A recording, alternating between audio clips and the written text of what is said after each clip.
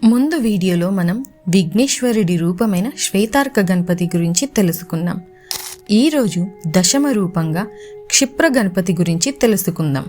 స్కంద పురాణంలో అవంతికా ఖండం అనుసారంగా దేవతలు అసురులు కలిసి అమృతం కోసం క్షీరసాగర మదనం చేస్తున్నప్పుడు ధనవంత్రి స్వామి అమృత కలశంతో సముద్రం నుండి ప్రత్యక్షమవుతారు. అసురులు స్వార్థం మరియు దురాశతో ఆ కలశాన్ని లాక్కొని తాము మాత్రమే అమృతం తాగాలి అనుకుంటారు.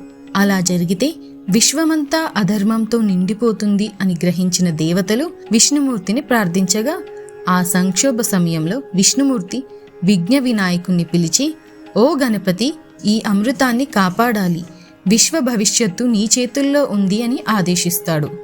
గణపతి వెంటనే అమృత కలశాన్ని పట్టుకొని అసురులు వెంబడిస్తున్న ఆకాశంలో వేగంగా ఎగురుతూ తన జ్ఞానం మరియు శక్తితో వారిని తప్పించుకొని అమృతాన్ని రక్షిస్తాడు.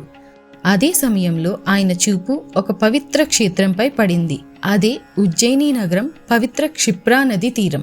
అక్కడికి దిగివచ్చి కలశాన్ని నదీ తీరంపై ఉంచాడు. ఆ సమయంలో కొన్ని అమృత బిందువులు క్షిప్రా నదిలో పడతాయి.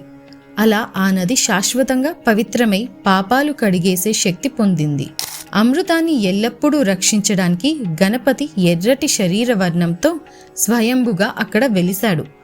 ఆయనకి 4 చేతులు, ఒక్కో చేతిలో ఒక్కో ఆయుధమైన దంతము, పాశము, అంకుశము, కల్పవల్లి ఉంటాయి. తన తొండం చివర భాగంతో రత్నకుంభంని ధరించి ఉంటాడు. ఆ దివ్యశక్తి అసురులను భయపెట్టి వెనక్కి నెట్టేసింది. తరువాత విష్ణుమూర్తి మోహిని రూపంలో ప్రత్యక్షమై అసురుల దృష్టి మళ్లించి అమృతాన్ని మళ్లీ దేవతలకు అందించడం జరిగింది. అప్పటి నుండి విఘ్నేశ్వరుడు క్షిప్ర గణపతిగా ప్రసిద్ధి చెందారు. క్షిప్ర అంటే వేగంగా రక్షించేవాడు, ఇంకా పవిత్ర క్షిప్రా నది యొక్క శాశ్వత రక్షకుడు అని అర్థం. ఇప్పటికీ ఉజ్జయినిలో క్షిప్రా గణపతిని భక్తి భావనతో ప్రార్థించిన వారికి తక్షణ ఫలితం లభిస్తుందని విశ్వసిస్తారు. మరో విఘ్నేశ్వరుడి రూపం గురించి రేపు వీడియోలో తెలుసుకుందాం. ఈ వీడియో నచ్చితే లైక్ చేసి మీ అభిప్రాయాన్ని కమెంట్లో తెలియజేయండి.